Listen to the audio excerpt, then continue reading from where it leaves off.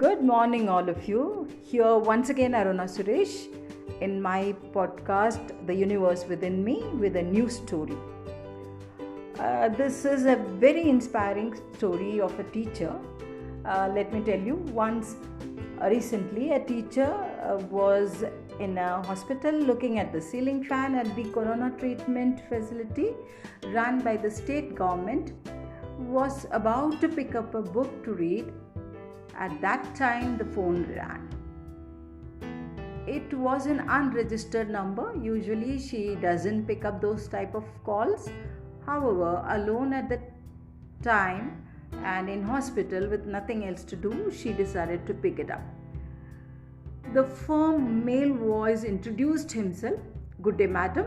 I'm Sochi Gopal Krishna, calling from Dubai. Am I speaking to Miss Seema Kanakamparam? The teacher was so curious about who would that be.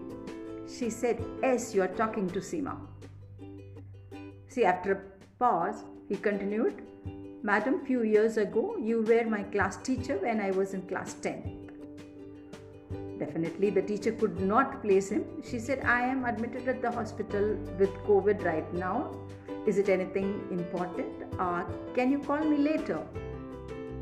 Soji said, Madam, I came to know about your illness from Subbu, the class topper of batch 1995.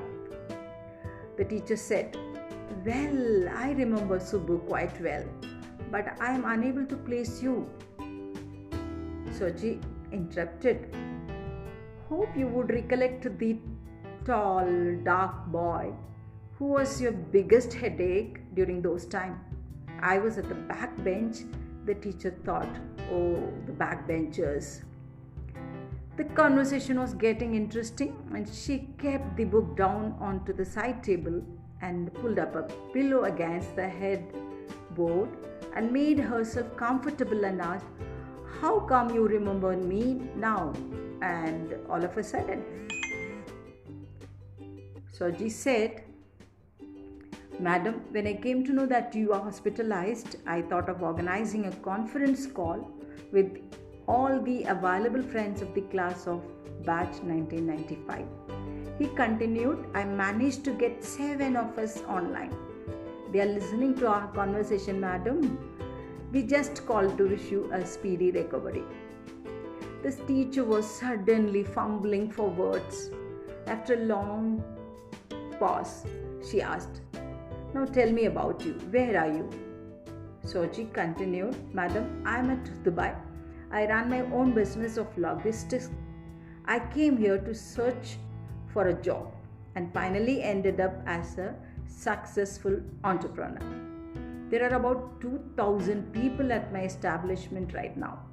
When we were in class 10, you were a terror when it came to discipline.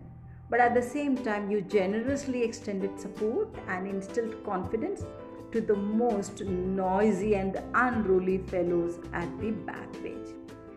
Madam, I was their leader at the backbench, he said. And he continued, Madam, I got the maximum amount of impositions from you. Quite often, you made me stand outside the class and sometimes inside the class up on the bench. All those experiences, standing outside the class and sometimes towering over everyone in the class, standing on the bench, helped me later in life. This stand-up exercise up on the bench has actually helped me to get a bird's eye view over the entire class. I am applying those lessons in my life and business. Madam, whatever I am today, I owe it to you. The teacher was finding it difficult to speak. As Soji went on with the story, the teacher went back few decades to the class of 1995. Yes, the tall, dark fellow in the class, he was the leader of nuisance. Always late in the class, the guy who used to bunk classes and go for movies, the one who never used to do homework, the guy who repeatedly came to the teacher's room to negotiate on the impositions, the nightmare of the teachers, and the darling of the class. Yes, he was well accepted by his friends. Oh, how come? Her thoughts were interrupted by, "Hello, teacher," from the other end. "Teacher, are you there?" She said, "Yes, I am." She continued, "Soji, I never heard of you after school. I'm so surprised and happy that you called, that too on a conference call with your friends. Tell me about each one of you." Of the other 6 in the group call, there were 3 engineers, 3 continents, and 1 doctor from Delhi, a priest who is at Shillong, and finally Subbu, the class topper. Subbu said, "Madam, I am a chartered accountant. I am the CFO of Soji." Teacher can't believe. She asked, "You are?" He said, "Yes, madam. Before joining with Soji, I was with KPMG, but working with Soji. I am a satisfied professional and a happy family man now." By the time each of them had narrated their stories, it was almost 40 minutes gone. Soji apologized for the long call and wished the teacher a speedy recovery and promised to meet her during his next trip to India. Alone at the COVID-19 isolation ward, the teacher was in tears. Happiness swelled her heart and tears were streaming down her cheeks. She thought, "Here is a boy who applied all his out of syllabus and out of class lessons in real life." By standing on the last bench, he developed a bird's eye view. By standing outside the class, he had a larger vision than all the others who were limited within the 4 walls. By getting caught for bunking class at a very young age, he learned to mitigate and overcome risk. He acquired the art of negotiation, coming to the teacher's room during lunch hours to reduce the number of impositions. The marks I thought he had lost for maths was actually saved by him for real life applications. And Subbu, who got 100% for maths, seems to be working with the numbers saved by Soji. Amazing, how wonderful, she thought.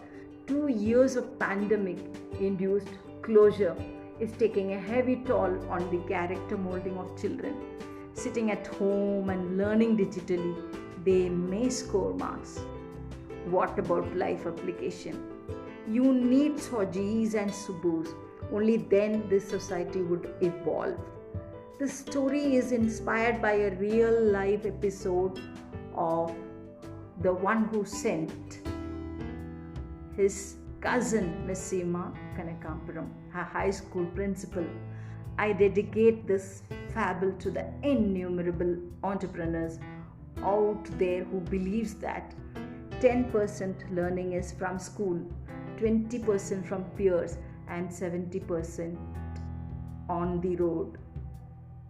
This was sent by one Mr. Sridhar. I thank him wholeheartedly for this wonderful story. I wish people please share this to hundreds and hundreds of people. Thank you for listening.